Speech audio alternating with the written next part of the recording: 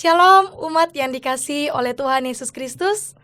Saat ini kita bersyukur ya, kita dapat berkumpul kembali dalam program pendalaman ajaran. Wah, Bapak Ibu sekalian, pada saat ini kita akan bersama-sama membahas satu topik yang sangat menarik tentunya. Dan sudah pasti saya di sini tidak sendirian. Saya bersama dengan seorang narasumber yang akan bersama-sama akan membahas bagian ini. Narasumber itu adalah Kak Tike. Halo Kak Elsa. Halo Kak Tike, bagaimana kabarnya? Puji Tuhan, lama kita tidak berjumpa ya Kak. Lama sekali. Oke, bersyukur Kak Tike. Ya. Sehat ya? Puji Tuhan, Puji sehat-sehat. Tuhan. Ya. Oke, Kak Tike, Ya. tema kita hari ini apa ya? God versus gods. Jadi God-nya yang pertama G-nya besar, Mm-mm. G-O-D versus G-nya yang berikutnya itu kecil, G-O-D-S. Oh, Ya. ada S di belakangnya gitu ya. Iya. Oke. Sangat menarik nih sepertinya. Tapi saya yakin sih ini sangat menarik untuk kita bersama-sama diskusi. Oke. Bapak Ibu sekalian, sebelum kita memulai diskusi kita, perbincangan kita lebih jauh lagi, saya mau mengajak kita untuk bersama-sama berdoa. Mari kita berdoa. Tuhan, kami bersyukur untuk waktu ini. Tuhan, kembalikan kami semua ada sampai saat ini untuk bersama-sama berdiskusi mengenai suatu topik, di mana tentunya topik ini memiliki satu tujuan yang baik untuk setiap kita, agar kami bukan saja memahami, tapi kami juga mengerti dan menjadi pribadi yang semakin hari lagi semakin terus tekun di dalam mengikut Tuhan, yang bisa menjadi pribadi yang terus bisa membedakan antara yang benar dan yang salah. Oh Tuhan, tolonglah setiap kami di dalam perbincangan kami pada saat ini. Kami mohon tuntunan Roh Kudus-Mu kepada setiap kami, terkhususnya untuk Kak Tike yang akan memberikan materi ini untuk kita semua. Tuhan yang terus tolong agar apa yang disampaikan itu semua sesuai dengan kehendak-Mu Tuhan, dan itu menjadi berkat bagi setiap kami. Kami menyerahkan waktu ini ke dalam tangan-Mu, di dalam nama Tuhan Yesus Kristus kami sudah berdoa. Amin. Amin. Oke. Ya. God versus gods. Wow. Topik yang sangat menarik. Ya. Kalau kita berbicara soal ini Kak Tike, Mm-mm. itu kita mengarah kemana sih Kak? Yang pasti ini pembahasan kita kali ini bukan hanya ini ya, kita melihat dari satu sisi kitab ya, misalnya kitab Keluaran, tapi kita juga melihat dari salah satu film yang lagi lagi booming ya di tahun ini, awal tahun ini tepatnya ya, Oke. beberapa bulan yang lalu. Kalau mungkin Bapak Ibu Saudara pernah menyaksikan di Netflix, itu ada Testament, The Story of Moses. Jadi itu ya, kalau nggak salah ada tiga bagian sih, dia menceritakan tentang Musa, bagaimana Allah memanggil dia, terus pertemuannya dengan istrinya yang bernama Zipora, Oh, terus iya, Tula-Tula iya. dan masih banyak lagi gitu. Oke, Mm-mm. makasih Kak. Jadi seperti itu ya. Jadi Mm-mm. ini berbicara juga tentang kehidupan bangsa Israel ya. Iya betul, Ya, betul sekali. kehidupan bangsa Israel di tanah Mesir. Iya betul. Oke, yang dimuat dalam kitab Keluaran, gitu ya. Exodus, ya. Nah, apakah kitab ini ada juga kaitannya dengan kitab sebelumnya, yaitu Mm-mm. kitab Kejadian, ya. Nah, kira-kira apa sih tujuan dari penulisan kitab Keluaran bagi umat Israel gitu di masa lampau dan juga tentunya pada masa kini kita yang sebagai pembaca gitu. Ada baiknya nih Kakak tolong jelaskan Iya. itu supaya kita juga memiliki pemahaman yang kuat dulu untuk di dasar ini. Ya, jadi sebenarnya kalau tema kita hari ini kan God versus gods. Nah, Iya. ini bicara tentang, kalau kita mau gini sih, kekuasaan Tuhan, sederhananya kuasanya Tuhan versus dewa-dewa di Mesir. Oke. Utamanya dalam kisah bagaimana bangsa Israel itu keluar dari tanah Mesir. Nah, tapi sebelum itu kita mesti tahu sedikit nih, ya sedikit latar belakang atau sejarahnya gitu ya, khususnya dari kitab Keluaran gitu ya. Nah, sebenarnya sebagaimana yang kita ketahui bersama bahwa kehidupan bangsa Israel di Mesir pasca pemerintahan Yusuf, kemudian Firaun periode-periode selanjutnya yang tidak mengenal karya Yusuf, terus proses bangsa Israel keluar dari tanah Mesir, hingga apapun kesulitannya itu sebenarnya tertuang dalam kitab Keluaran. Nah, kitab Exodus gitu ya. Nah, kitab ini sebenarnya tidak berdiri sebagai karya yang terpisah. ya, tidak berdiri sebagai karya yang terpisah. Hubungan kitab Kejadian dan Keluaran itu sebenarnya sangat erat, Kak Elsa dan juga Bapak Ibu Saudara sekalian ya. Hubungan kitab Kejadian dan Keluaran itu tidak sesederhana yang kita pikirkan. Oh, selesai kitab Kejadian, Keluaran, enggak seperti itu. Ada keterkaitan satu sama lain. Sebab apa? Berbagai peristiwa yang kitab Keluaran terjadi lama sesudah zaman para bapa leluhur kitab Kejadian. Nah, kalau Bapak Ibu perhatikan kembali di dalam Alkitab masing-masing ya, di akhir kitab Kejadian kita menemukan bahwa keturunan Yakub pada saat itu tinggal di tanah Goshen sebagai gembala-gembala yang cukup lah gitu, yang katakan yang luar biasa lah ya. Setelah mereka melewati permasalahan dengan Yusuf. Benar-benar. Itu kan istilahnya kan Yusuf waktu itu kan mengusahakan bagaimana akhirnya dia bisa ini kan bersatu kembali kan dengan keluarganya ya, walaupun sempat bisa dikatakan kakak-kakaknya Yusuf kan sempat takut kalau si Yusuf ini balas dendam. Tapi itu ternyata tidak seperti itu gitu loh. Jadi pada saat itu Yusuf dan kakak-kakaknya sudah berdamai, Yakub sudah meninggal. Jadi mereka tinggal di tanah Goshen sebagai gembala-gembala yang cukup lah dalam artian kehidupan keseharian dan juga dihormati oleh orang Mesir. Nah, itu Bapak Ibu Saudara bisa perhatikan di dalam Kejadian pasal 50 ayat 8. Nah, sedangkan masalahnya ketika kita membaca di dalam kitab Keluaran pasal yang pertama, nah itu sudah beda lagi. Nadanya bukan sukacita, tapi sesuatu hal yang mengerikan. Karena apa? Keturunan Yusuf, keturunan Yakub itu mengalami yang namanya penindasan, penganiayaan. Karena apa?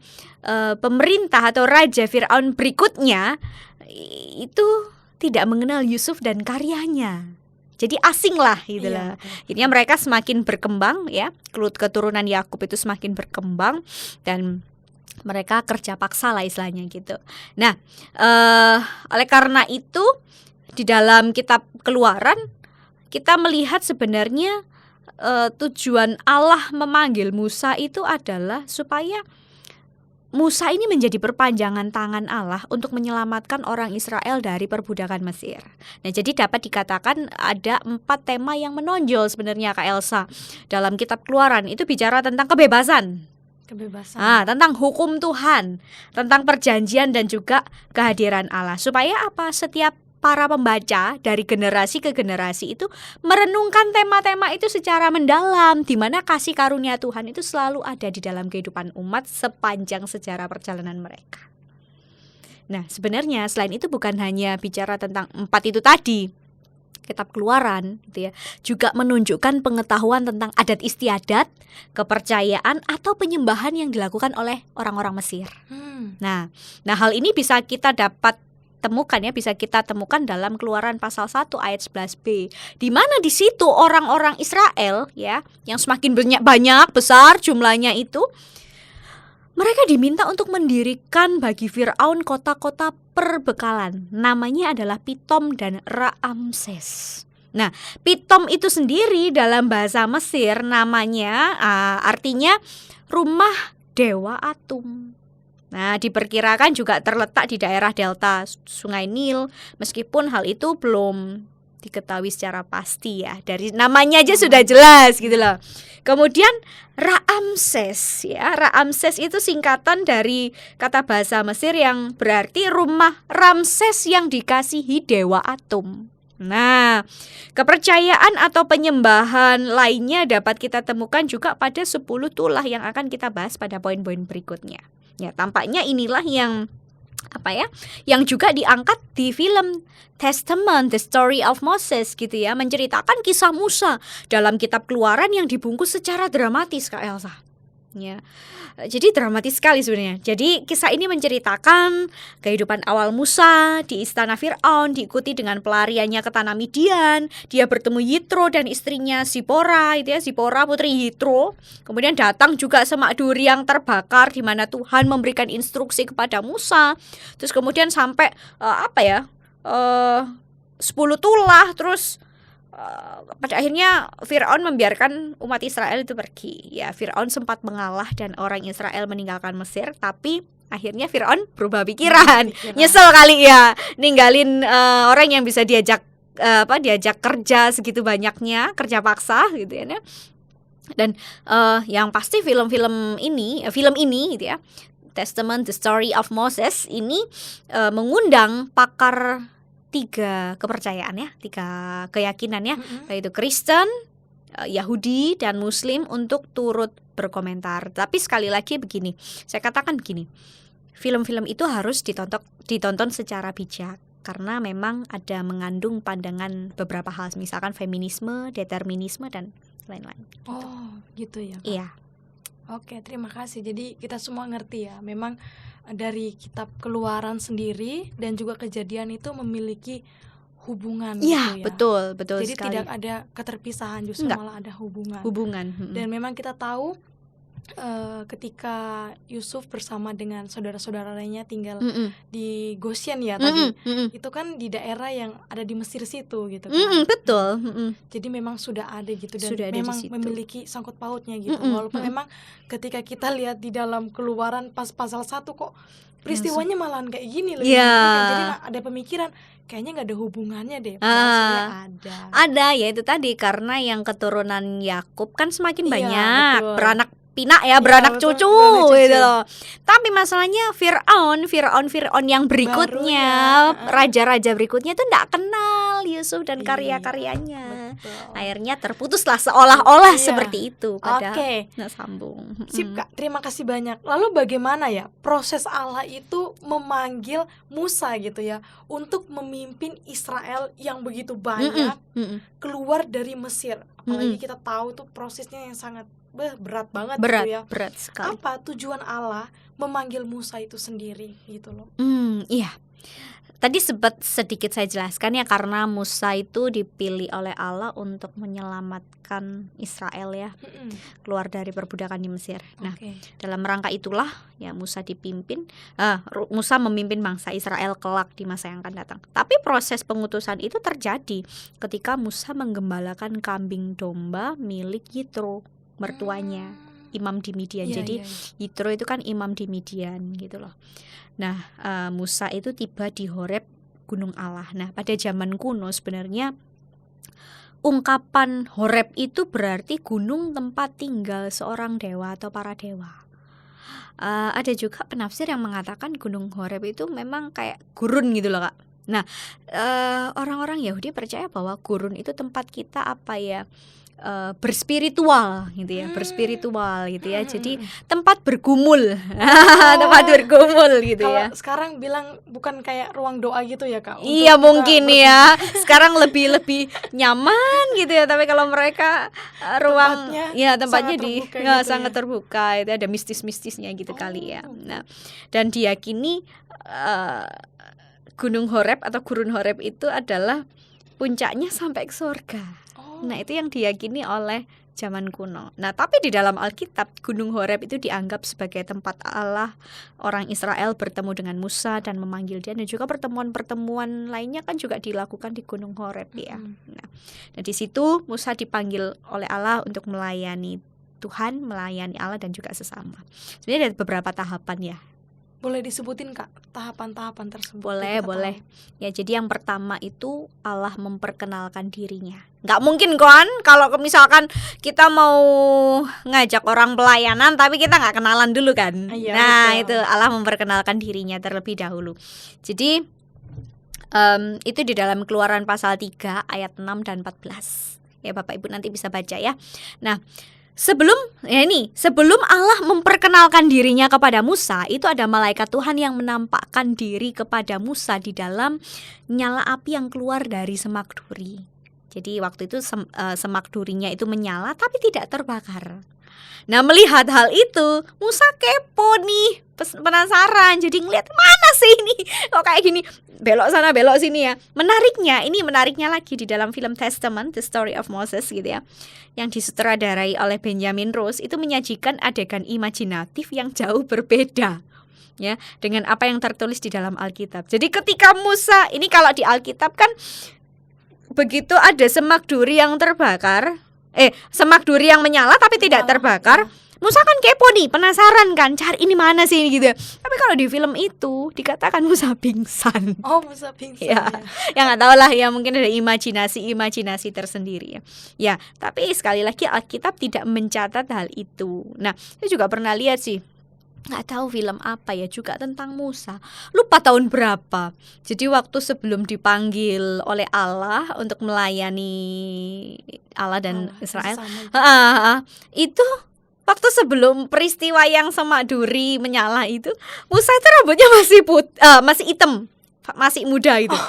Iya, aku tuh sampai loh kok beda ya. Jadi setelah itu, setelah perjumpaannya dengan Tuhan itu, sampai akhirnya Musa berkata ya siap gitu kan ya. Setelah itu putih dan kelihatan tua. Aku lupa gitu ya. Itu film apa ya. Sempet kok kayak gitu Kak Elsa. Sampai aku tanya kan sama orang tuaku, ini kenapa ya? Oh iya, ini namanya anak kecil ya, dengan rasa penasarannya akhirnya orang tua menjelaskan ya. Ya walaupun sampai sekarang nggak mungkin lah. Dengan imajinasi ya. Ya. Ya udahlah. Setelah Musa berusaha mencari tahu, Allah itu memanggil Musa. Dia menjawab suara itu. Allah memintanya untuk tidak mendekat dan melepaskan tali kasut. Artinya Musa diajarkan untuk hidup layaknya sebagai seorang hamba yang menghormati kekudusan Tuhan. Makanya dari itu ketika Tuhan Allah minta, lepaskan tali kasutmu, tanggalkan kasutmu dari kakimu, itu perbuatan itu sudah biasa dilakukan di bait suci, termasuk dilakukan oleh teman-teman kita yang beragama Muslim gitu kan. Nah itu, jadi Allah menyatakan dirinya itu sebagai Allah Bapa leluhur, Allah Abraham, Allah Ishak, Allah Yakub. Nah dalam hal ini sebenarnya Allah sendiri yang memberitahu Musa bahwa Ia adalah Allah yang memegang teguh perjanjiannya sejak zaman nenek moyang Musa. Oleh karena itu kan di ayat 14 dia katakan gini, Allah mempertegas siapa dirinya kepada Musa. Aku adalah aku. Ingat gak kira-kira bahasa Ibraninya apa? Eko. Eko Emi. Apa itu? Itu pelajarannya Kak Elsa waktu kuliah dulu ya. Ya memang susah sih kalau kita mau nerjemahin ini apa ya. Sederhananya gini lah. Aku adalah aku itu ungkapan dalam perjanjian lama yang menjelaskan arti nama Yahweh, YHWH itu yang diterjemahkan sebagai Tuhan di dalam bahasa Indonesia. Itu yang pertama Kak. Oke, kalau yang keduanya apa Kak? Nah, kalau sudah memperkenalkan diri, misalkan aku Tike, kamu siapa gitu kan ya. Nah, setelah Allah memperkenalkan dirinya, aku adalah aku gitu kan ya. Nah, kemudian Allah mengutus, itu dalam Keluaran pasal 3 ayat 7 sampai 10.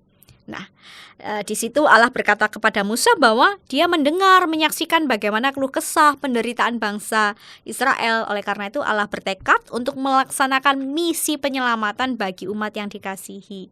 Dia memberikan tugas kepada Musa membawa bangsa Israel keluar dari tanah Mesir. Bahkan Musa nanti akan berhadapan langsung dengan Fir'aun. Dengan Fir'aunnya. Yes, gitu. Lumayan ngeri juga ya. Iya, lumayan ngeri itu loh tugas yang dialami yang diberi Musa, yang dikasih ke Musa. Kasih ke Musa. Oke, setelah dia memperkenalkan diri, lalu dia mengutus. Berikutnya nih apa Kak? Langsung diterjunkan? Maksudnya langsung, oh yaudah kamu langsung pergi aja gitu, tanpa diperlengkapi, atau ada juga ini tahapan berikutnya di mana Allah itu memperlengkapi dia? Karena sempat saya baca gitu dalam bagian firman Tuhan kan, Musa ini merasa minder gitu. Yes. Nah mungkin Kakak bisa kasih tahu gitu tahapan berikutnya gitu ya, memperjelaskan lebih dalam lagi. Iya, nggak langsung diterjunkan dulu. Karena apa? Ketika Allah mengutus, Musa menolak. Nah ada beberapa kali menolak gitu kan. Yang pasti yang setelah mengutus Allah memperlengkapi gitu kan. Tapi sebelum Allah memperlengkapi kan Musa menolak. Karena apa? Yang pertama, dia nggak berani menghadapi kekejaman Fir'aun, tapi Tuhan berjanji menyertainya. Yang kedua, Musa mengalami kebingungan dalam menjawab siapa yang mengutus dia. Ini kan pasti orang tanya, loh kamu siapa? Kok berani berbicara kepada kami? Kok berani mengajak kami untuk keluar dari Mesir gitu loh. Ya karena itu Tuhan menyuruh Musa mengatakan bahwa yang mengutus Musa itu adalah Tuhan Allah Israel. Nah, hal ini terjadi juga karena orang-orang di Mesir itu beribadah kepada banyak dewa dengan bermacam-macam nama. Sehingga pasti orang Israel akan bertanya-tanya, siapa Allah yang mengutus? Karena mereka kan tinggal di negeri di mana banyak dewa yang disembah oleh orang-orang yang tidak mengenal Tuhan. Nah, yang ketiga, nah ini juga Musa menyampaikan keraguannya bila orang Israel itu tidak mempercayainya, tapi Tuhan meneguhkan kuasanya melalui tongkat Musa, mujizat yang diperlihatkan Tuhan kepada Musa. Tapi tetap saja Musa ragu, minta agar Tuhan mengutus orang lain. Ya marah dong Tuhan gitu ya. Sudah diperkenalkan dengan cara yang ajaib, dengan cara yang unik, kemudian Musa menolak. Alasannya apa? Alasannya dia orang yang tidak pandai berkata-kata. Nah, tapi akhirnya Tuhan membesarkan hati Musa biar dia nggak minder, nggak insecure gitu kan ya. Oh ini loh nanti ada kakakmu kok yang akan menolong kamu, Harun itu yang akan menolongmu untuk berbicara di depan bangsa Israel gitu. Jadi Harun ya, ini menariknya juga sebenarnya nama Harun di dalam Keluaran pasal 4 ayat 1 sampai 17, nama Harun itu disebut untuk pertama kalinya di dalam Keluaran pasal 4. Nah, dia seorang kakak laki-laki Musa yang namanya belum pernah disebutkan sama sekali sebelumnya. Sebelumnya belum pernah. Ada kemungkinan kalau Harun itu tinggal di Mesir ketika Musa melakukan pelarian. Nah, habis yang bertengkar itu loh Kak, bertengkar dengan sama orang Ibrani. Sama orang Mesir, ya itu. Nah, jadi sebenarnya kalau kita melihat dari proses Allah memanggil Musa ya, Kak Elsa dan juga Bapak Ibu Saudara sekalian, pada akhirnya Musa belajar bahwa kuasa Tuhan yang memilih, mengutus, memperlengkapinya. Bahkan kuasa itu nantinya sanggup mengatasi kekuatan Firaun, ketidakpercayaan tua-tua Israel, dan kelemahan serta ketidakmurnian Musa hambanya. Gitu. Keren ya, berarti Allah itu ketika memilih seseorang untuk dipakai menjadi alatnya, tidak asal pilih dan tidak dibiarkan gitu aja gitu. Betul-betul dipimpin. Oke Kak, tadi kan pas awal perbincangan kita tuh Kakak sempat bilang kalau Musa ini akan berhadapan dengan Firaun gitu. Betul. Lalu dibilang juga Firaun itu orangnya kejam gitu kan. Kejam, keras. Berarti Firaun ini orangnya tanda kutip hatinya keras dong Kak ya. Gimana nih Kak Musa menghadapi seorang Firaun yang hatinya begitu keras gitu. Apalagi kita tahu dia tuh memiliki, ya namanya juga Firaun ya, memiliki kekuasaan yang sangat tinggi gitu. Nah ini gimana ini Musa menghadapi itu. Terlebih lagi jika kita melihat gitu ya di pasal-pasal berikutnya gitu, dikatakan kan tadi Kakak juga bilang ada 10 tula yang menimpa Mesir. Nah, apakah dalam hal ini juga dapat dikatakan bahwa Tuhan berperang melalui para dewa-dewa ini yang dipercayai oleh Mesir gitu? Apakah seperti itu Kak? Melalui tulah itu gitu ya? Tolong Kak, tolong bantu kasih penjelasan kepada gitu Kak. Nah, iya, ini yang di poin ini yang kita bahas dengan tema kita God versus Gods itu tadi ya Kak Elsa ya. Jadi sebenarnya menghadapi kekerasan hati Firaun itu bukan hal yang mudah. Makanya kan Musa di awal-awal menolak kan. Oh iya benar. Jadi kata kekerasan hati itu menunjuk pada sikap yang tidak mau mendengar. Dikasih tahu apa itu ibaratnya ya, orang ngomong masuk telinga kanan keluar telinga kiri gitu, karena dia kokoh gitu, dia punya sesuatu yang harus dipertahankan gitu. Dan kekerasan hati juga bicara tentang kekuatan seseorang. Jadi semakin Firaun itu berkeras hati itu akan menunjukkan powernya dia. Gitu ya. Kalau dia sudah berkata apa ya itu yang dilakukan. Dan ini yang memang ya membuat Musa sebenarnya berat kan di awal. Bahkan kalau kita perhatikan di pasal-pasal berikutnya ya, setelah Keluaran 4 ya, pasal 5 dan sebagainya, beberapa kali itu Musa dan Harun menghadap kepada Firaun, tapi Firaun tetap keras hati. Hingga akhirnya terjadilah Harun itu melemparkan tongkat di depan Firaun dan tongkat-tongkat itu jadi ular. Nah, Firaun ini gak mau kalah gitu loh. Akhirnya dia panggil ahli sihir ilmu gaib di Mesir untuk melakukan hal yang sama. Tapi apa? Tongkat Harun menelan tongkat penyihir. Ya, tujuannya apa sih Firaun itu kok manggil ahli sihir dan ilmu gaibnya? Sebenarnya Firaun ini ingin membuktikan benar gak sih apa yang dilakukan oleh Musa dan Harun ini merupakan kuasa ilahi atau hanya sekedar adu kekuatan atau yang lain gitu loh. Nah, para penyihir di Mesir itu memang terkenal sebagai seorang yang ahli dalam tipuan dengan ular yang tampak dibuat seperti tongkat untuk sementara waktu. Ya namanya ahli sihir ya. Dia pasti ilmu tipuannya kan ya itulah gitu lah. Oke. Tapi meskipun ahli sihir dan ilmu gaib itu mengalami kekalahan, Firaun itu tetap keras loh hatinya. Ibarat batu yang susah dihancurkan. Gak mau kalah ya. Gak mau ternyata ya. kalah. Dan ya udah, karena kamu masih berkeras hati gitu ya, 10 tulah itu tidak dapat terhindarkan. Bagi bangsa Mesir Bangsa Mesir. dan juga ingin ditunjukkan kepada Firaun Iya, itu sendiri supaya betul. matanya tuh betul-betul kayak gitu Ya, ya. ini loh, kamu semakin mengeraskan hatimu. Ini loh. Kayak gitu Kak Elsa. Oke Kak, 10 tulah ini. Mm-mm. Nah, dari 10 tulah ini bolehlah Kak jelaskan ke kita setiap tulah-tulahnya itu. Seru juga nih, karena kan bicara soal tulah, terus tentang dewa-dewa juga gitu ya, yang ada di Mesir gitu. Para sihir juga mereka ikut berperan aktif dalam proses itu. Mereka juga, apalagi Firaun yang ketika melihat itu, kayak tadi Kakak bilang, ketika Harun melemparkan tongkatnya, Firaun gak mau kalah juga.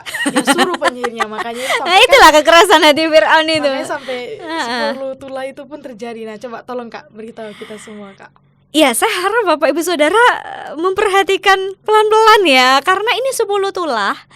Ya semoga tidak merinding ya. Memang ada catatan-catatan di luar Alkitab yang menolong kita sih untuk mengetahui. Jadi misalkan yang pertama, tulah pertama adalah air menjadi darah. Air menjadi darah itu dalam Keluaran pasal 7 ayat 14 sampai 25. Jadi ketika Harun jubirnya Musa, ya ini Harun mulai berperan ya.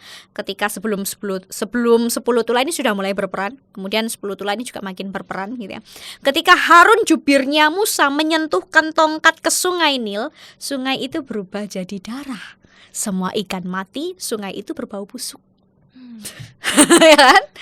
Tetapi balik lagi, penyihir dan ilmu-ilmu mantranya mereka itu membuat hal serupa, sehingga Firaun tetap berkeras hati. Nah, kemungkinan besar tulah air menjadi darah itu ditujukan kepada dewa Hapi. Ya, dewa Hapi yang diyakini penguasa sungai Nil.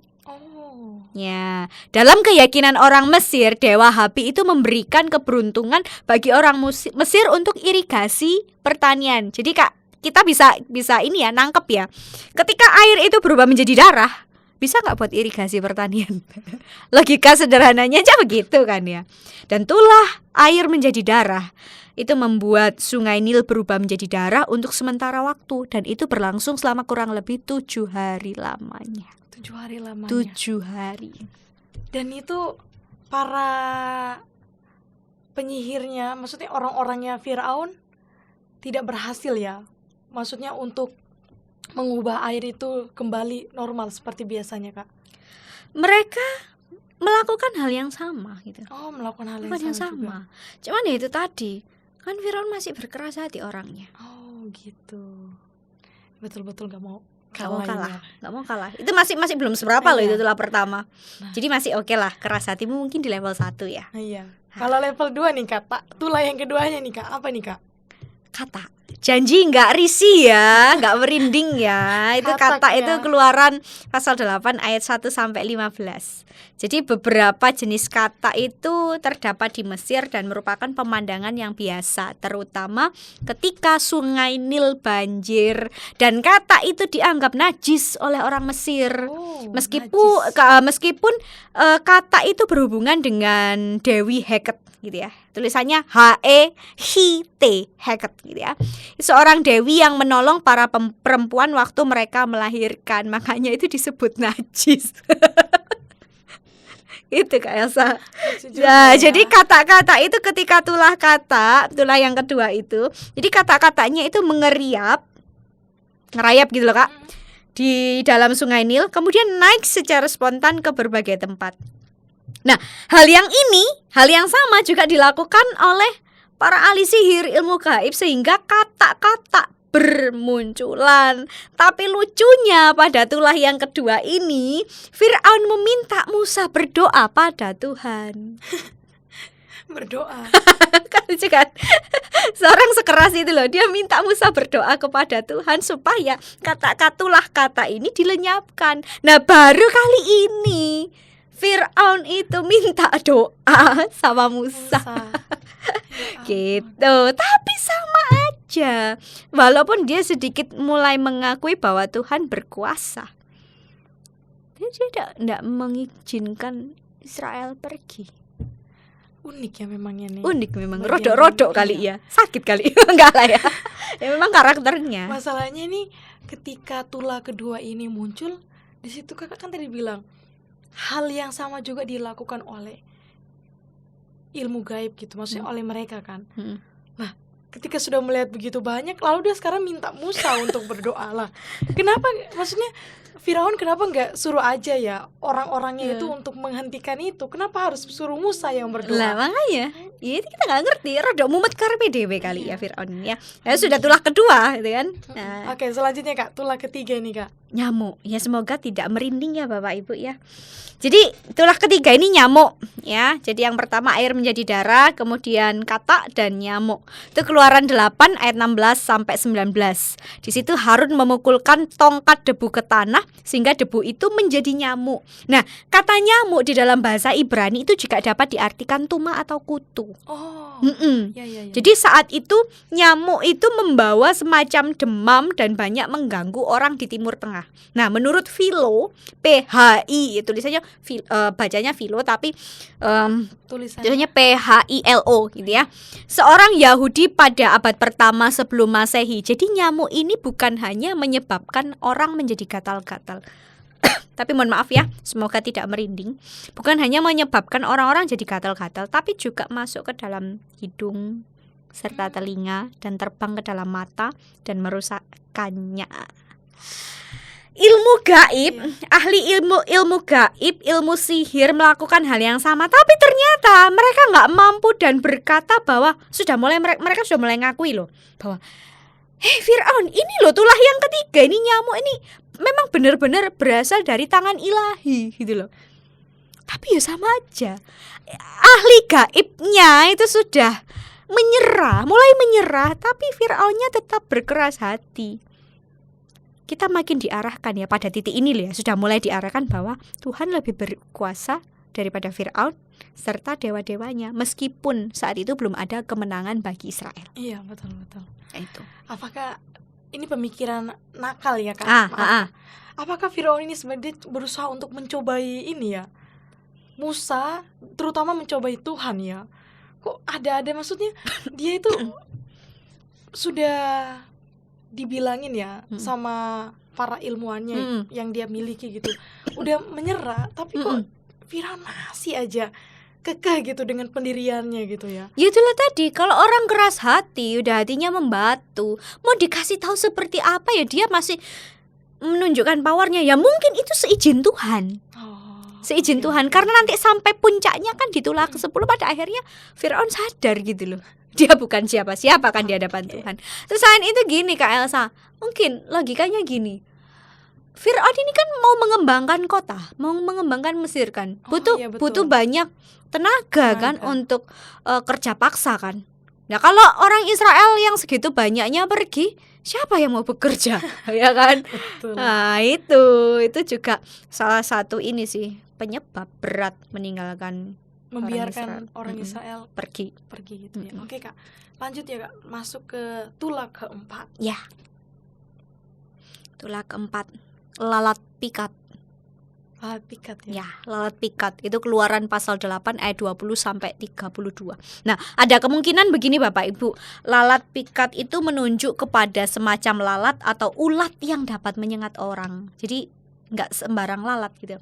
Nah, menurut Philo lagi, ini ya, menurut Bapak Philo ini lagi ya, lalat itu datang dengan bunyi mendenging dari jauh, melemparkan dirinya sendiri sama seperti lembing.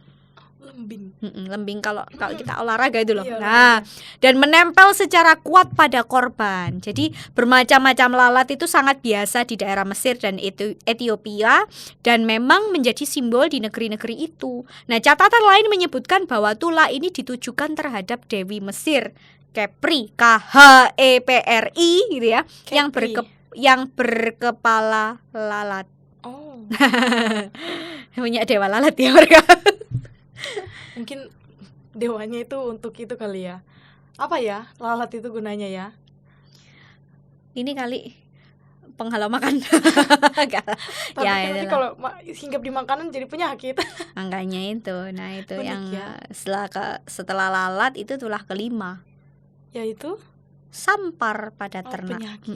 Penyakit sampar pada ternak. Tulah keempat pun memang enggak diceritakan yang gimana-gimana ya. Sekali lagi ya, Firaun masih berkeras hati. Nah, di tulah kelima ini juga sudah mulai setengah. Tapi tunggu Kak, kan kayak tadi Kakak bilang mereka juga punya dewa lalat ya. Yang tadi Kakak sebutkan namanya yaitu Kepri. Kepri. Nah mungkin di tulah keempat itu si Firaun gak merasa gelisah karena dia tahu dia punya dewa lalat gitu. Jadi kayak mungkin ini dewanya lagi mengelilingi Mesir gitu, lagi santai-santai. Tahu lah gitu. pemikirannya Firaun ini luar biasa Unik memang. ya nih orang ya. Masih Oke. tetap nggak berubah kan akhirnya Iya. tulah kelima. Penyakit sampar pada ternak. Itu Keluaran pasal 9 ayat 1 sampai 7 ya, sampai 7. Nah, tentang tulah ini ada catatan yang menyebutkan bahwa kemungkinan besar Tuhan ingin melihat sejauh mana orang Mesir berpegang kuat terhadap dewa Hathor. Hathor ya, Hathor gitu ya. Yang disembah oleh orang Mesir, yang diyakini sebagai dewa pelindung, kesuburan dan juga seni. Nah, di tulah kelima ini, nah ini sudah mulai ada membuat perbedaan ya. Ternak milik orang Israel, ternak milik orang Mesir mati. Tetapi ternak milik orang Israel tidak seekor pun mati. Tapi sama aja. Dalam kondisi ini Firaun mengeraskan hati. Nah, ini sangat berat untuk melepas Israel. Padahal sudah dikasih perbedaan loh. Ini loh. Kamu semakin keras hati, ternaknya orang Mesir loh. Mati semua, tapi Israel enggak, satu pun mati. Nah, itu kemudian ada lagi tulah ke-6. 6. Ini kalau ngomong tulah ini kok yang ngeri ya sebenarnya ya. Tulah ke-6 itu bisul. Sakit itu. Satu bisul aja bingung kan, Iya. kita mau tidur aja miring mana gitu loh. Apalagi kalau misalkan bisulnya di satu bagian tubuh tertentu, aduh mau miring, mau terlentang aja susah kan gitu loh. Bisul. Nah, pada tulah ini ahli-ahli sihir ini jangan ketawa ya. Ahli-ahli sihir tidak sanggup melakukan apapun karena mereka juga kena bisul. Jadi mereka juga kena ya. Iya, mereka juga Lalu kena Musa bisul. dengan Harun gimana Kak? Nah, ini di Alkitab tidak dijelaskan sih seperti apa. Tapi di sini Tuhan mengutus Musa dan Harun untuk mengambil segenggam penuh jelaga. Jadi jelaga itu butiran arang yang halus dan lunak. Mereka mengambil jelaga itu dari tempat peleburan atau tempat yang digunakan untuk membuat tembikar. Jadi ada kemungkinan melalui tulah ini orang Mesir diingatkan bahwa Tuhan itu lebih berkuasa dari Dewi Isis. Dewi Isis. ISIS ya, Dewi Isis, Dewi pengobatan Mesir. Itu ya, Dewi Isis ini dipuja sebagai Dewi pengobatan dan kebijaksanaan gitu ya. Tapi ternyata Firaun masih tetap berkeras hati, lebih kuat dibanding tulah sebelumnya. Nah, menariknya di sini kemampuan ahli sihir untuk menandingi Musa itu mulai berkurang dan kegagalan mereka menjadi nyata. Nah iya, mungkin juga Firaun berpikir gini ya, ketika bisul-bisul itu ada di Mesir ya, ini pasti Dewi Isis bisa menyembuhkan gitu kali ya. Mungkin dia sudah mungkin ya dalam pola pikir kita atau mungkin imajinasi kita ini jangan-jangan Firaun melakukan ritual mungkin ya untuk penyembuhan. Tapi ternyata gagal. Oke, selanjutnya Kak. Tulah ketujuh. Hujan es. Padahal Es. Mesir tempat yang panas. Panas. Tapi ini hujan es. Ya, Keluaran pasal 9 ayat 13 sampai 34. Nah, ada kemungkinan juga tulah ketujuh ini mau memperbandingkan kekuasaan Tuhan dengan Dewi Nut. NUT ya, Dewi Nut yang merupakan Dewi Langit dan seluruh benda-benda langit, simbol perlindungan orang mati. Jadi pada tulah ketujuh ini di antara pegawai Firaun itu ada yang sudah mulai percaya kepada firman Tuhan yang disampaikan Musa. Dan ini semakin kesini sebenarnya menunjukkan memberi pertanda bahwa kekuasaan Firaun itu mulai melemah. Ya, tidak lama lagi dia tidak mampu melawan kehendak Tuhan. Jadi mulai ini kan sudah mulai ada yang percaya, jangan-jangan benar nih dari tulah 1 sampai tulah ke-7 kok kayak gini gitu kan. Sudah mulai percaya nih Pak pegawainya. Iya. Apalagi prosesnya seperti itu, lalu Firaun juga ahli kayak gitu. ahli sihir ilmu gaib pun juga Udah sudah mulai angkat tangan. udah kalah gitu ya. Iya, sudah kasarnya. mereka kena bisul itu kali. Ya, makanya itu. Harusnya kan kalau mereka memang ahli ya, harusnya mereka nggak kena gitu. Iya. Tapi ternyata mereka kena gitu. Nah, kan akhirnya ayo siapa ayo Pastinya, kuat-kuatan, kuat iya. mana ayo gitu kan. Nah, Oke, Nah. Kak, selanjutnya nih 8 nih. tulah 8 Iya. belalang ya. Jadi tulah ke-8 itu adalah belalang. Keluaran pasal 10 ayat 1 sampai 20. Tulah ke-8 itu kemungkinan besar mau menantang kekuasaan dewa Seth. SETH itu dewa badai dan gurun, kegelapan dan juga kekacauan. Jadi kemarahan, kekerasan hati dan kesombongan Firaun itu tidak membuat Tuhan berhenti menyatakan kuasanya. Jadi Firaun itu nah ini di tulah ke-8 para pegawai itu mulai mengingatkan Firaun. Jadi sudah mengingatkan Firaun karena ketakutan mereka, kegelisahan mereka itu mulai membesar. Mereka takut akan nyawa mereka gitu loh. Oleh karena itu akhirnya ya udahlah, Firaun itu nego tipis-tipis gitu loh. Firaun minta hanya laki-laki saja yang pergi beribadah kepada Tuhan. Tapi Musa minta semua orang Israel. Ya, memang pada tulah ke-8 ini Firaun sedikit menyesal ya. Sedikit menyesal, sudah mulai yang powernya gini tiba-tiba turun gitu ya. Tapi ya kembali lagi berulah, tidak membiarkan orang Israel pergi. Padahal dia tahu bahwa kekuatannya sudah mulai berkurang. Iya. Powernya mulai berkurang. Tuhan sudah mulai menunjukkan kuasa yang Iya. sebenarnya tambah lama cuma kan semakin gede kuasa Tuhan Iya. itu ditunjukkan gitu. biar dia tahu Betul. gitu. Iya, kayak gitu sebenarnya. Oke, Kak, lanjut, Kak. Berikutnya, Kak. Ke-9, Kak. Itulah ke-9 ya, Iya. gelap gulita. Itu Keluaran 10 ayat 21 sampai 29. Nah, kalau kita lampu mati aja udah bingung ya. Ini gelap gulita. Gitu ya. Itulah ini kemudian kemungkinan ditujukan kepada dewa Dewa Ra, bukan Kak Riki Avianto ya. Dewa Ra, dewa dewa matahari Mesir kuno yang dipandang sebagai penguasa segala ciptaan. Nah, menurut pikiran orang Mesir ya, pada saat itu orang Mesir itu punya keyakinan kalau gelap itu memberikan kesempatan kepada roh-roh jahat untuk menyebarkan berbagai macam hal jahat, bahkan kematian. Sampai segitunya Ya, ya mereka dipercayainya ya. percaya seperti itu. Kalau gelap gulita itu pertanda ada roh-roh jahat yang mau mengancam kehidupan mereka gitu lah. Jadi orang Mesir itu pada saat itu ya khawatir kalau kekacauan itu sudah menang atas dunia dan tidak ada lagi terang. Nah, Firaun mengusulkan. Nah, pada saat itu Firaun ngusulin lagi, nego ke Musa. Ayo Musa, bolehlah semua orang Israel pergi ke padang gurun untuk beribadah kepada Tuhan. Tapi ternak-ternakmu itu tinggal dulu di sini gitu ya. Wah, ini kan pikiran yang licik ya sebenarnya, Iya. penuh tipu muslihat. Ya, akhirnya Musa menolak dong karena dia tahu maksud jahat Firaun supaya apa? Kalau ternaknya orang Israel itu masih di Mesir, maka orang Israel akan kembali ke Mesir. Betul. Iya. Ya nggak mau dong Musa. Ya akhirnya apa? Firaun ngamuk. Firaun ngamuk, porek, ngambek gitu ya. Firaun marah, mau mengancam membunuh Musa. Nah, karena itu Firaun berkata, "Enyahlah daripadaku." Nah, sebenarnya ketika Firaun berkata, "Enyahlah daripadaku," sebenarnya itu kata-kata yang sebenarnya sudah berkata kata-kata yang menyiratkan, menunjukkan bahwa itu dia itu sebenarnya sudah menyerah gitu. Sudah menyerah, tapi ya biasalah, dia masih gengsi. Dan dia Gengsinya tinggi. Iya, gengsinya tinggi. Itu ke-9. Oke. Ngeri ya. Satu. Oh, satu lagi ya, Satu 10. lagi, Kak. Kematian anak sulung. Kematian anak sulung. Itu Keluaran pasal 11 ayat 1 sampai 10 dan Keluaran pasal 12 ayat 29 sampai 42. Nah, ini puncaknya. Saya katakan seperti yang di awal tadi. Tulah ke-10 itu puncaknya, di mana Firaun raja Mesir itu dianggap sebagai pusat kekuasaan terbesar. Dia dipercaya sebagai dewa meskipun dia itu manusia.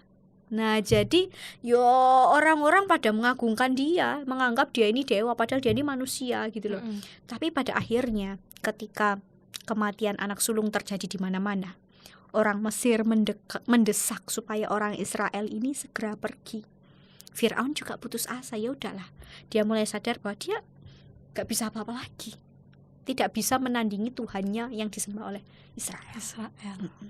Oke, lalu jadi kesimpulannya gimana nih Kak dari semua peristiwa yang terjadi, apalagi peperangan antara para dewa-dewa dan para penyihirnya Firaun itu Kak? Iya. Gimana, Kak? Ketawa juga ya pada akhirnya apa yang waktu tulah bisul itu loh Kak. Akhirnya nggak bisa berbuat apa-apa, ya itulah. Gini loh, dalam peristiwa ke-10 tulah 1 sampai 10, hal yang paling menonjol itu kan disebut kekerasan hati Firaun. Ya. Keras hati, berat hati, semakin keras hati dia menunjukkan powernya. Sebenarnya itu ketika dia semakin menunjukkan powernya itu dia orang yang rapuh sebenarnya. Ya kan? Karena hatinya keras, maka segala tindakan, segala keputusan yang diambil itu jadi negatif. Karena Firaun tidak mengenal Tuhan. Oh iya benar. Kalau orang tidak mengenal Tuhan, ya segala jalannya, segala tindakannya ya dipikir berdasarkan apa yang benar menurut dirinya sendiri dong, kan gitu. Nah, tetapi pada akhirnya Firaun itu mengakui bahwa Tuhan Allah Israel adalah Allah yang sesungguhnya berkuasa. Nah, ini mohon berkat akhirnya. Minta didoakan, tobat sedikit lah ya. Nanti walaupun mungkin kumat lagi kan. Gitu. Orang Israel pun juga pada akhirnya memberikan orang Mesir ketika orang Israel itu keluar dari tanah Mesir, itu mereka dikasih emas, perak serta kain-kain yang diminta. Jadi Tuhan membuat orang Mesir itu bermurah hati terhadap orang Israel. Kayak gitu Kak. Oke Kak. Agak sedikit penuh dramatis ya di bagian ini ya. Ngeri banget. Luar biasa sih bagaimana Tuhan itu mau menunjukin kuasanya kepada Firaun dan juga orang Mesir gitu. Betul. Ya. Khususnya ini Firaun yang keras hatinya gitu. Oke Kak.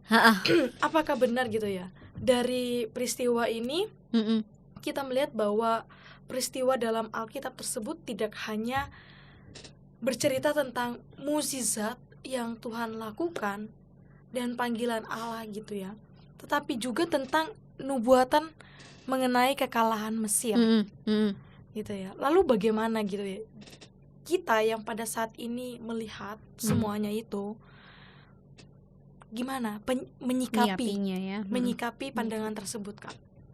Iya.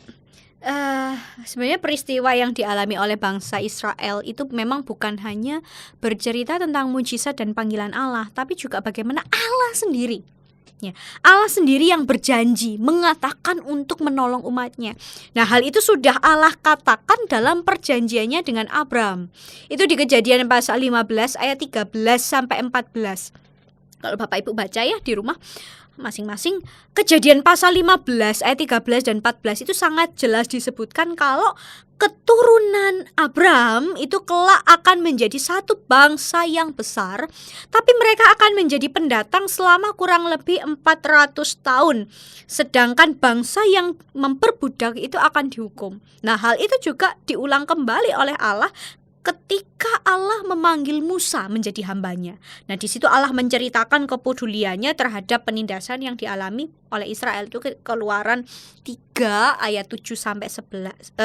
Keluaran 3 ayat 7 sampai 9. Nah, nubuatan tentang kekalahan Mesir itu juga dicatat dalam Yeremia pasal 46 ayat 2 sampai dengan 28. Nah, di situ disebutkan oleh Nabi Yeremia bahwa Mesir itu akan ditaklukkan oleh Babel. Semua ini terjadi karena kesombongan mereka di masa lalu. Oh iya.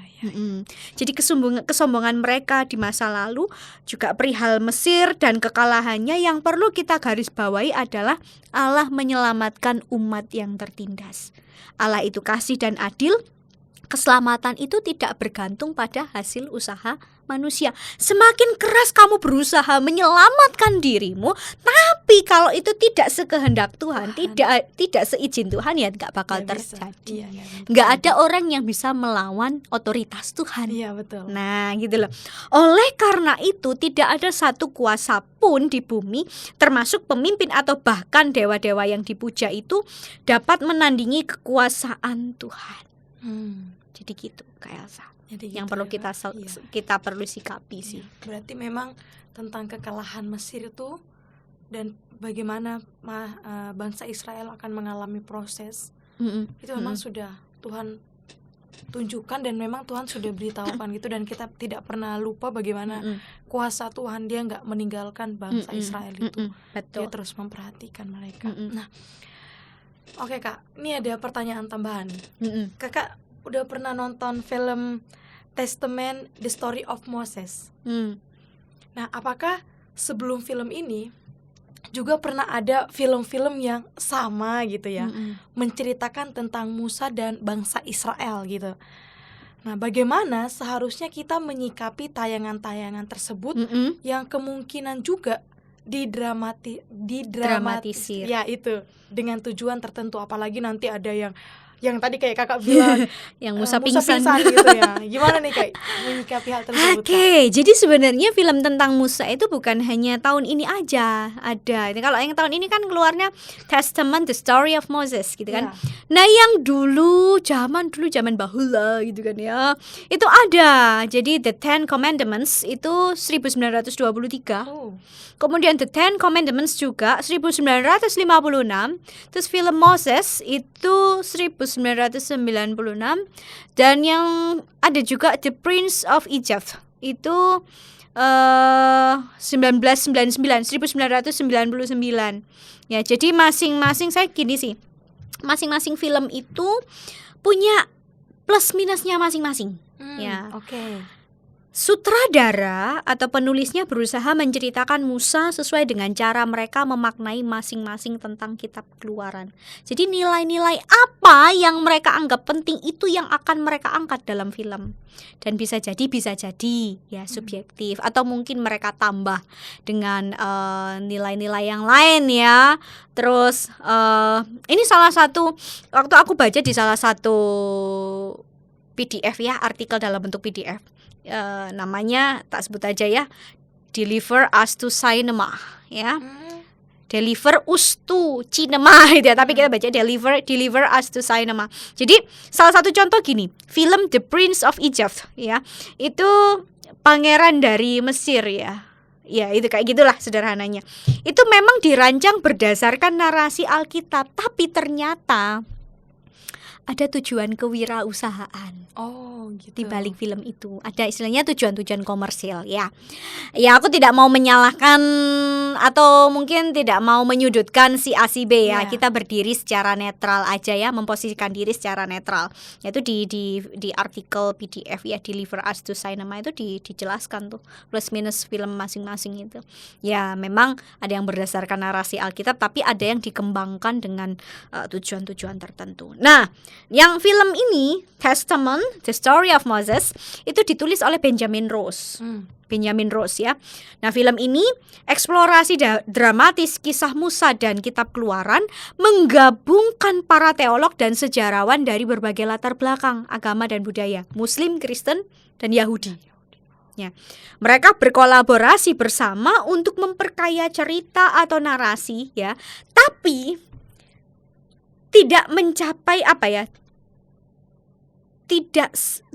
misalkan gini, kalau kita gitu ya, cerita tentang Musa kan beda kan dengan orang-orang yang rekan-rekan kita yang Muslim atau Yahudi ya.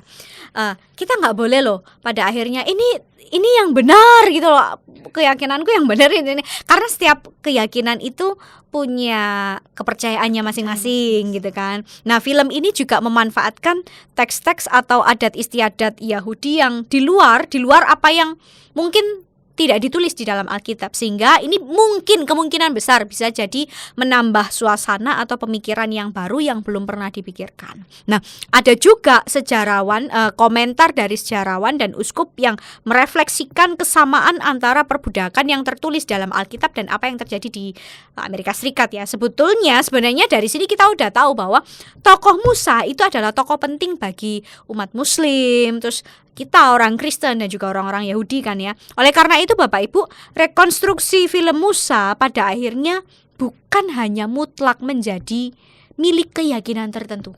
Jadi film Testament, The Story of Moses ini bukan hanya miliknya Kristen, enggak, tapi ada ini tokoh Musa ini juga dibicarakan di keyakinan yang orang-orang lain ya, maksudnya Muslim, Yahudi itu juga membicarakan tentang tokoh Musa itu sendiri. Nah, oleh karena itu di sini ada juga bagian tentang kekerasan hati Firaun, di mana para komentator itu cukup berhati-hati ya, menyeimbangkan perbedaan-perbedaan yang mungkin terjadi. Nah, gini, saya mau katakan begini, saya dari tadi tidak mau menyudutkan ya, tapi kita mencoba berdiri di posisi yang netral ya.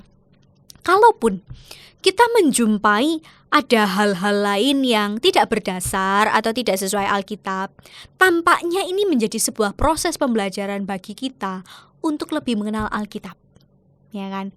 Karena tidak dapat dipungkiri bahwa pasti ada pihak-pihak tertentu atau mungkin kita sebagai penonton itu kurang puas atau tidak puas menonton film-film itu ya.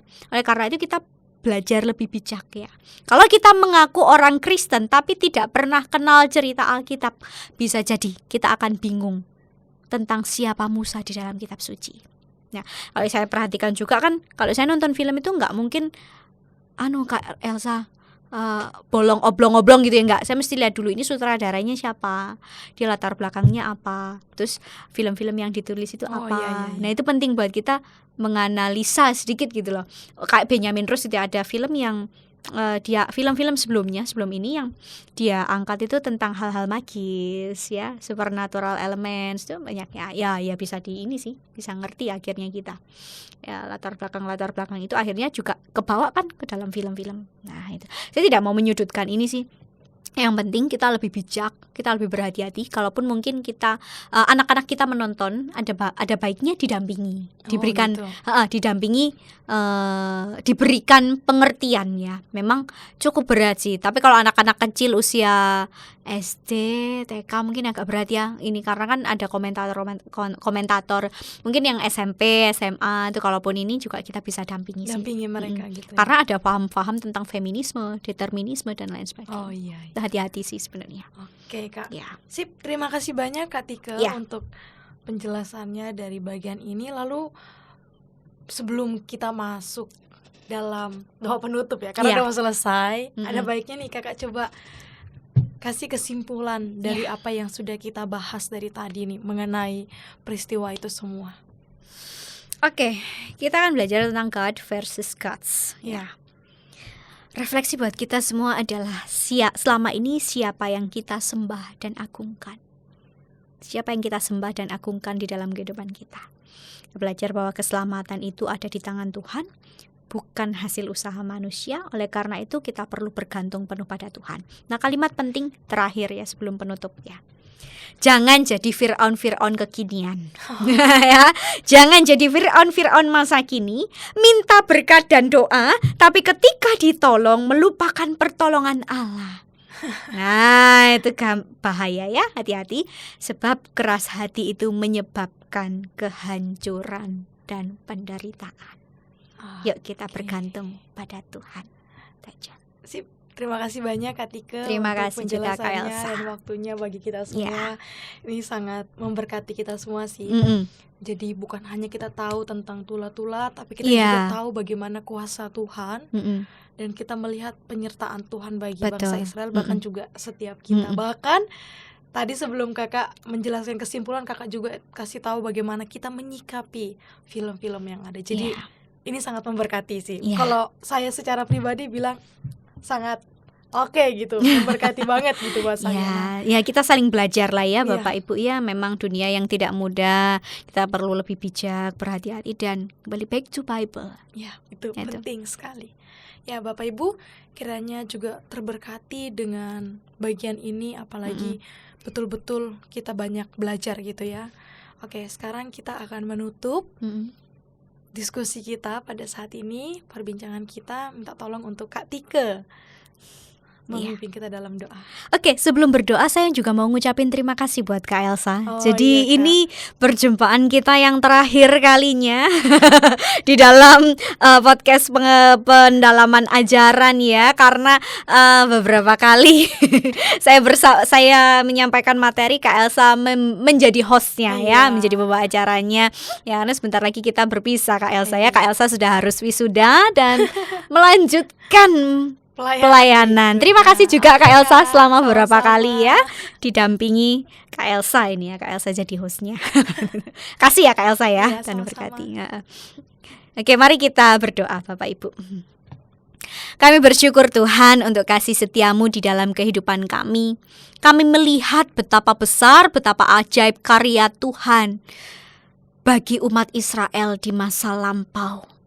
Terima kasih juga kalau kasih-Mu, kuasa-Mu selalu Engkau nyatakan di dalam kehidupan kami. Ampuni kami Tuhan kalau mungkin kami menjadi orang Kristen yang tidak tahu diri, tidak tahu berterima kasih dengan berbagai hal karya baik yang sudah Tuhan nyatakan di dalam kehidupan kami. Tolonglah kami untuk kami menghidupi kebenaran-Mu dan kami boleh menjadi anak-anak-Mu, menjadi umat-Mu yang berkenan di hati-Mu. Jangan biarkan iman kami goyah, tetapi biarlah kami terus kuat berpengharapan kepada Tuhan. Sekalipun dunia kami sedang tidak baik-baik saja, tetapi kalung kasih setia Tuhan senantiasa menyertai kami, memberikan kami damai sejahtera dan penghiburan. Terima kasih Tuhan, kami menyerahkan kehidupan kami ke dalam tangan-Mu. Demi nama Tuhan kami Yesus Kristus kami berdoa dan mengucap syukur. Amin. Amin. Ketika Ya, kembali lagi terima kasih terima banyak kasih. untuk waktunya buat Iya. kita semua. Dan Bapak Ibu sekalian, terima kasih sudah menyaksikan tayangan ini. Tuhan Yesus memberkati. Sampai jumpa di lain waktu. Sampai jumpa.